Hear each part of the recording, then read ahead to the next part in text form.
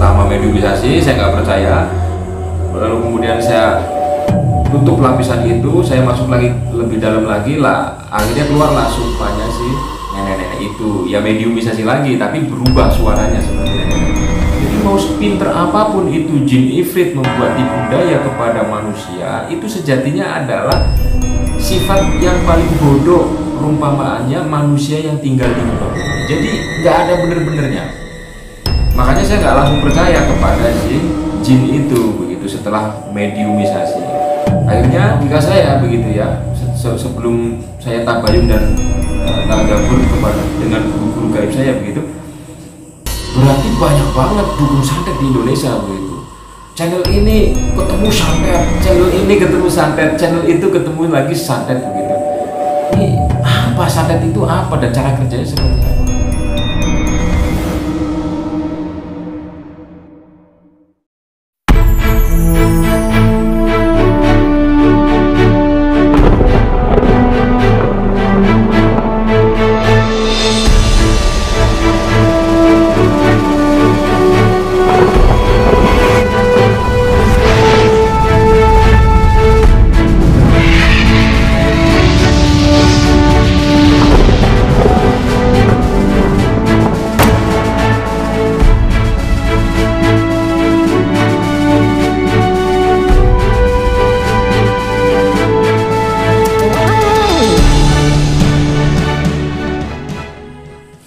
Assalamualaikum warahmatullahi wabarakatuh.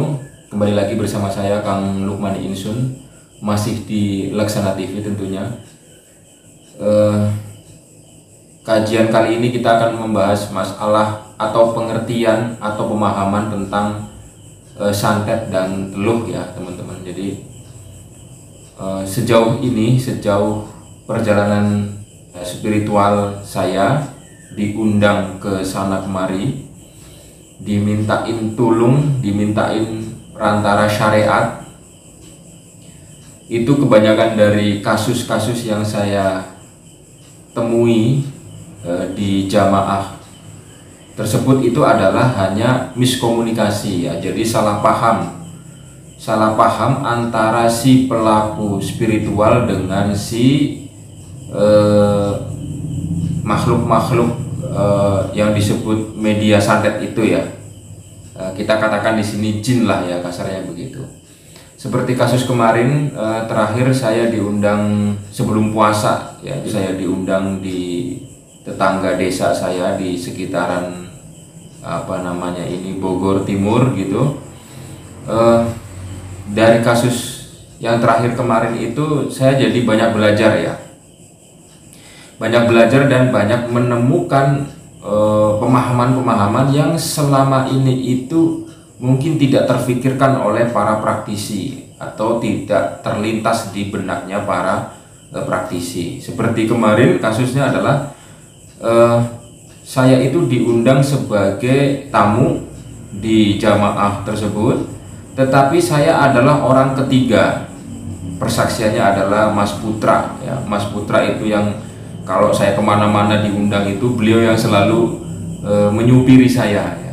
Mudah-mudahan Mas Putra nonton, karena ini saya bikin video di rumah, nggak di rumahnya Mas Putra ya. Jadi orang pertama mengatakan bahwa saya tidak sanggup, kata beliau seperti itu. Ini yang cerita adalah pihak keluarga ya. Dan masalahnya saat itu saya minta untuk didokumentasikan video itu, tidak berkenan ya pihak keluarga gitu. Mungkin atas nama privasi ya. Jadi entah kenapa setiap saya diundang jamaah begitu, saya mohon izin untuk didokumentasikan secara video sebagai bahan edukasi pada teman-teman. Itu kebanyakan dari jamaah atau sohibul hajat itu belum berkenan. Jadi mohon maaf, tapi insya Allah persaksian ini dan saya ceritakan ini adalah apa yang memang saya lihat dan saya alami. Kalaupun toh ini gedabrus begitu ataupun saya mengarang cerita, maka demi Allah, Allah itu maha melihat segala apa yang dilakukan oleh hamba-hambanya. Jadi saat itu saya datang sekitar ba'da sholat Isya ya, menanyakan kepada sohibul hajat yang sehat, yaitu suaminya. Terus kata suaminya, saya adalah orang ketiga. Yang pertama datang, beliau mengatakan bahwa saya tidak sanggup.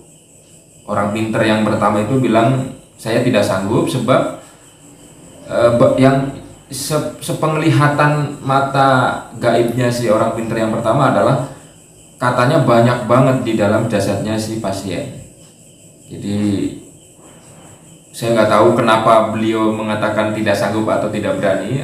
Ya kita nggak tahu lah ya dasar keimanan masing-masing praktisi itu sedalam apa atau seyakin apa itu kita nggak boleh menghakimi itu.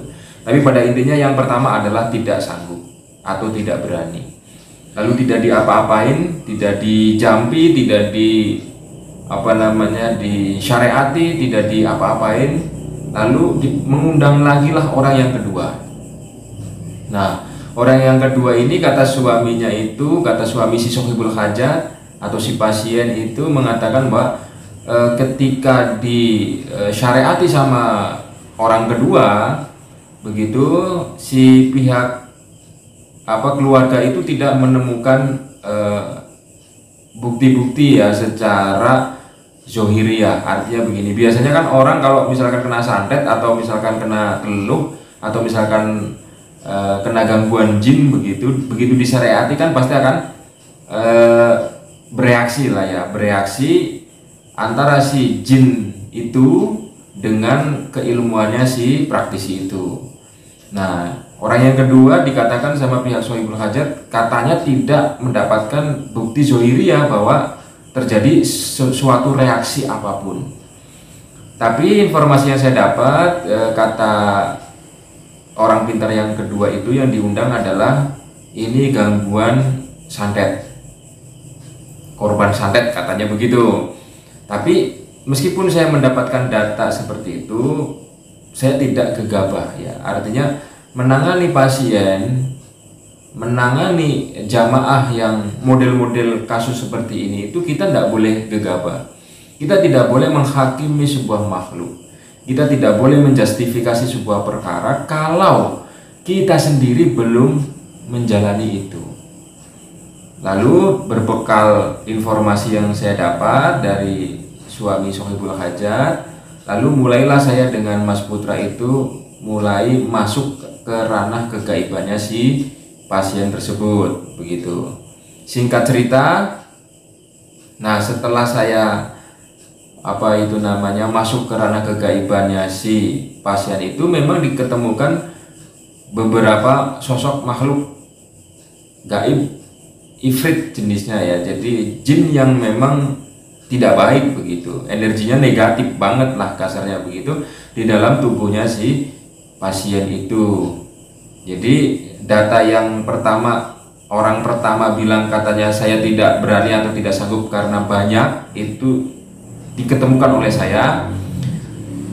Begitu saya masuk ke lebih dalam lagi ke lapisan ketujuh dari si jasadnya pasien itu, saya menemukan semacam kayak khodamul pelindung. Nah dari kasus inilah saya kemudian mencari atau menanyakan kepada guru gaib saya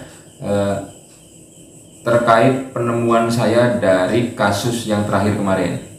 Nah ternyata di dalam jasad ini Sunno itu ada namanya khodam pelindung bawaan dari ketetapan langit ya, dan itu ketemu lah akhirnya di surat Al-Kahfi ayat 65 kalau nggak salah gitu, di mana kurang lebih bahwa baginya manusia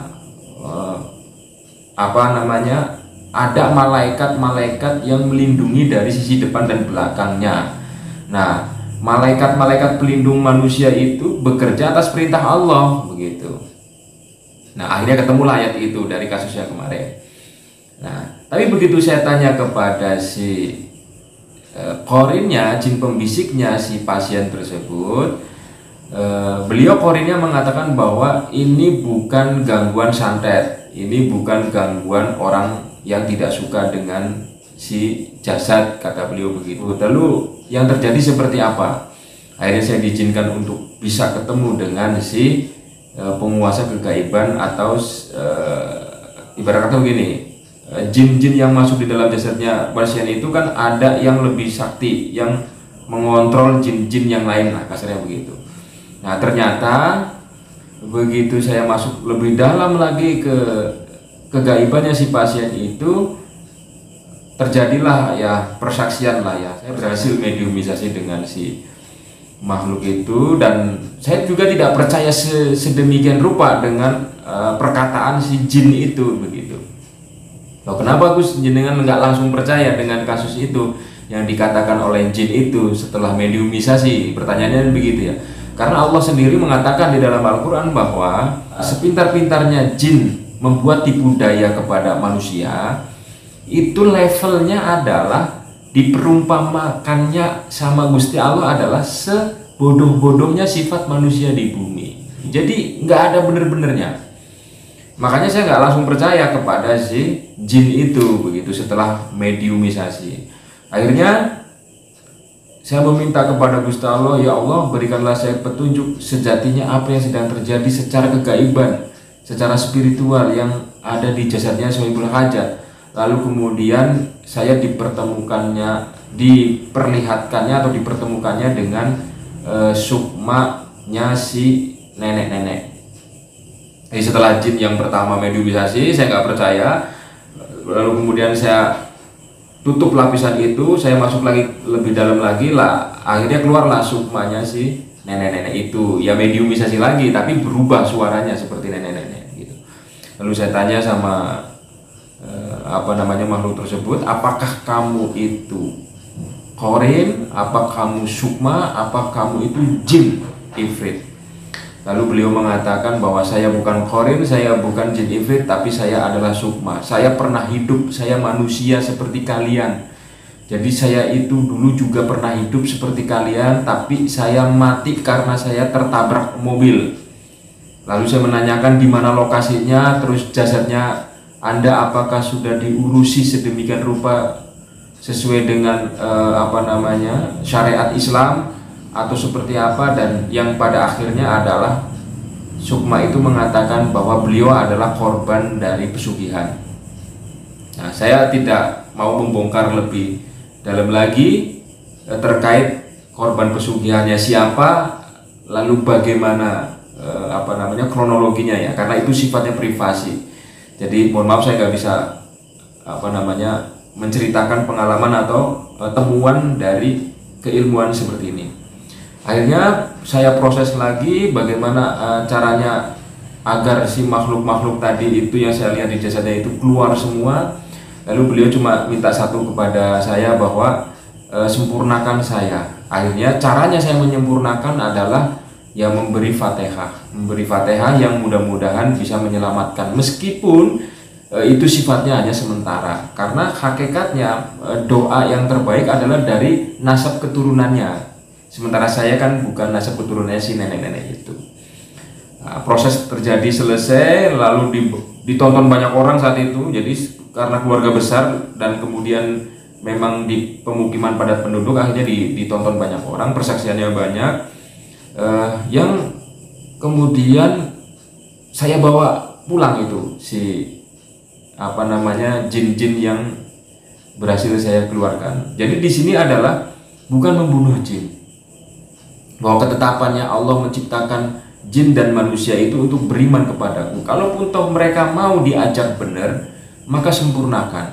Kalaupun toh memang mereka itu diajak benar nggak mau, biasanya itu adalah pesuruh-pesuruh dari santet, maka musnahkan saja. Karena kasusnya kemarin itu adalah bukan dari santet, jadi ceritanya Sohibul Hajat itu bekerja dengan orang di sebuah perumahan elit selama 2 minggu terakhir karena pindah bos untuk ngurusi rumah kosong, ditinggal pindah sementara ke kota Jakarta sebab corona. Nah, setelah pindah ke Juragan Baru inilah 2 minggu itu si Sohibul Hajat temperamen, marah-marah, terus nggak jelas segala macam, ketindisan, ketumpangan, kesurupan kayak gitu-gitu. Jadi pendapat yang orang kedua katanya santet itu tumbang ternyata begitu ya. Jadi poin yang saya mau sampaikan di sini adalah kita tidak boleh menghakimi penyakit gaib yang nempel di jasad kita itu selalu identik atau selalu di justice bahwa itu adalah santet selama kita belum tahu apa itu santet. Jadi dari kasus ini akhirnya saya belajar kepada guru gaib saya gitu. Saya menanyakan kepada ayah saya yang sejatinya itu santet seperti apa dan apa itu santet.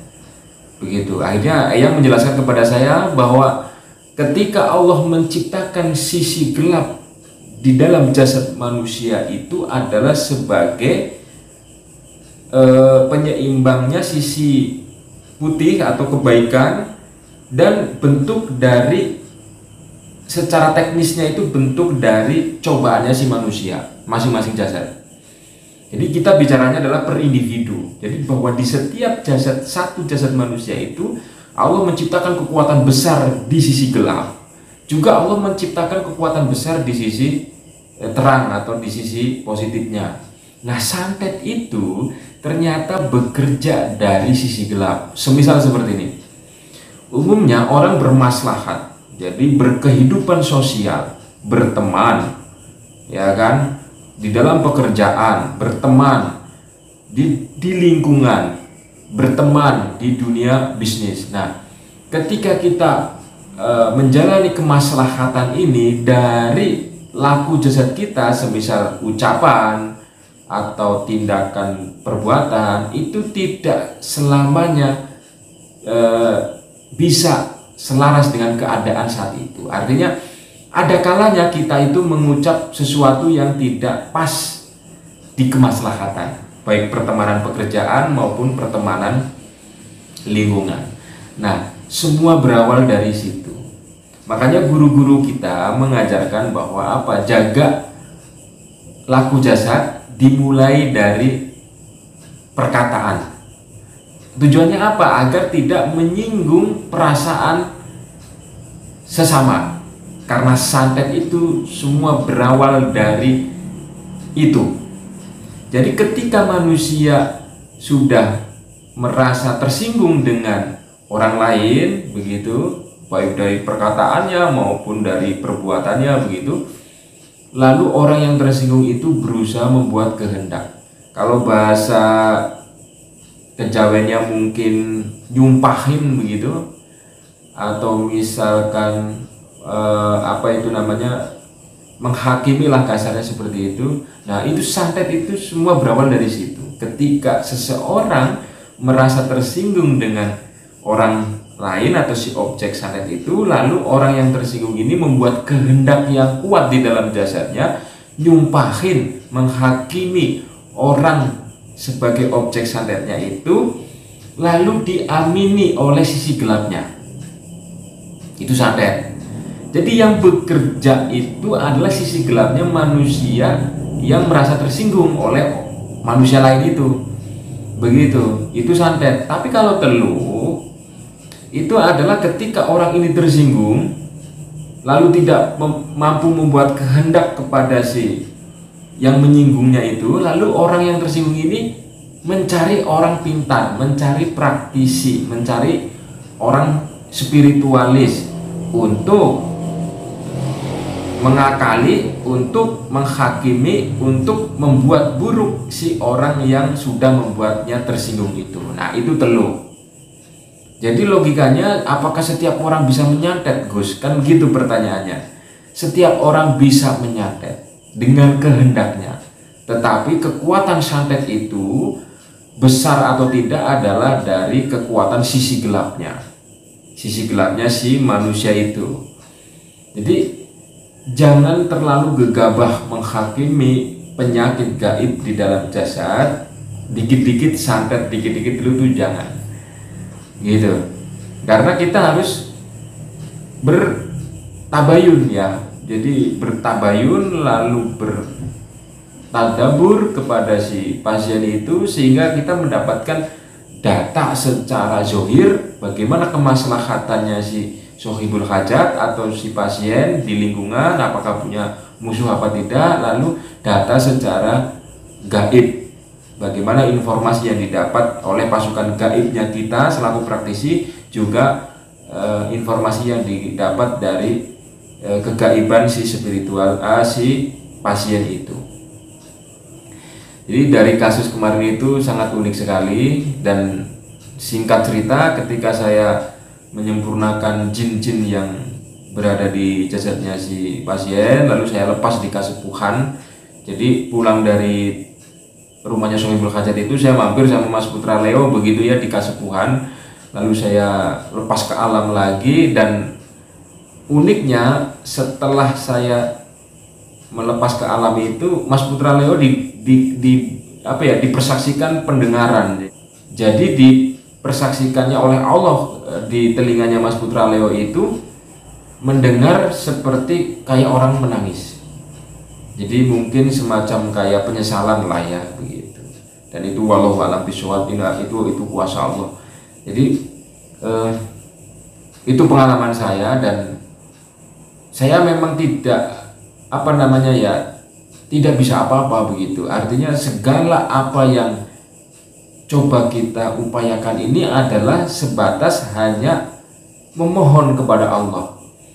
Jadi memang senjata yang paling mustajab di dunia spiritualis itu ya permohonan atau doa begitu.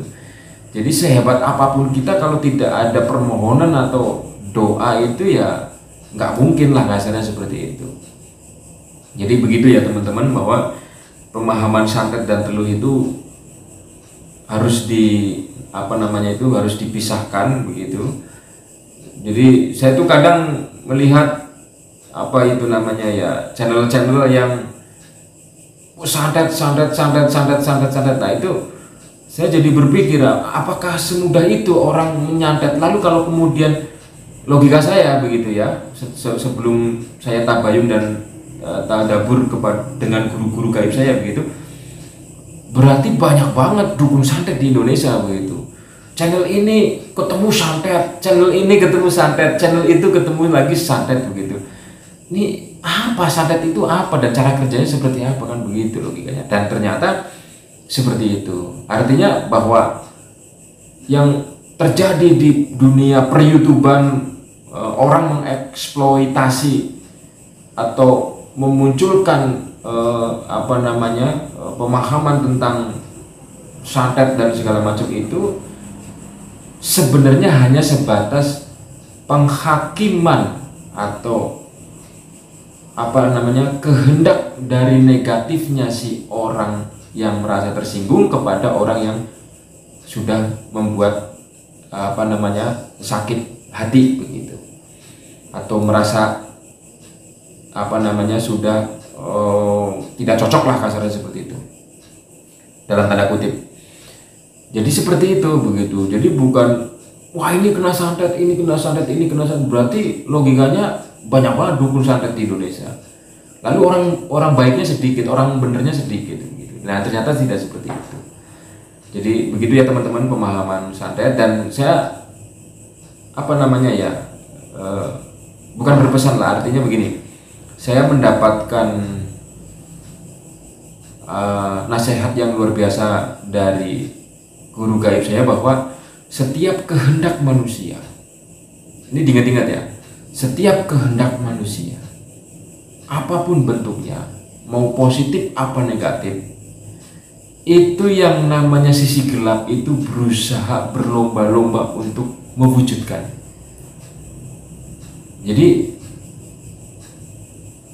mekanisme cara kerja bagaimana Allah menurunkan keniscayaan setelah kehendak itu adalah dari sisi yang terang positif atau dari sisi yang gelap negatif.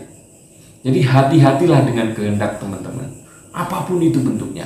Takutnya begitu, ketika teman-teman mempunyai kehendak yang kuat sementara tidak diolah rasanya, apakah ini kehendak nanti akan menciptakan kemudorotan atau kehendak ini akan menciptakan kebaikan, lalu dari sisi gelapnya teman-teman sendiri itu menggebu-gebu, berlomba-lomba, bersaing dengan sisi terangnya teman-teman untuk mewujudkan kehendak itu. Sebab apa? Sebab setiap kehendak manusia itu nanti akan dipertanyakan oleh munkar dan nakir di alam kubur. Itu pesan dari guru gaib saya setelah saya bertabayun dan bertadabur atas kasus terakhir kemarin saya diundang oleh Sohibul Hajat. Mudah-mudahan sedikit banyak ada manfaatnya dari pengalaman saya tentang santet dan teluh. Akhirul kalam, wabillahi taufiq wal hidayah. Wassalamualaikum warahmatullahi wabarakatuh. Tetaplah menjadi makhluk ciptaan dengan tidak melampaui kodrat sang penciptamu, agar Allah selalu ridho. Terima kasih.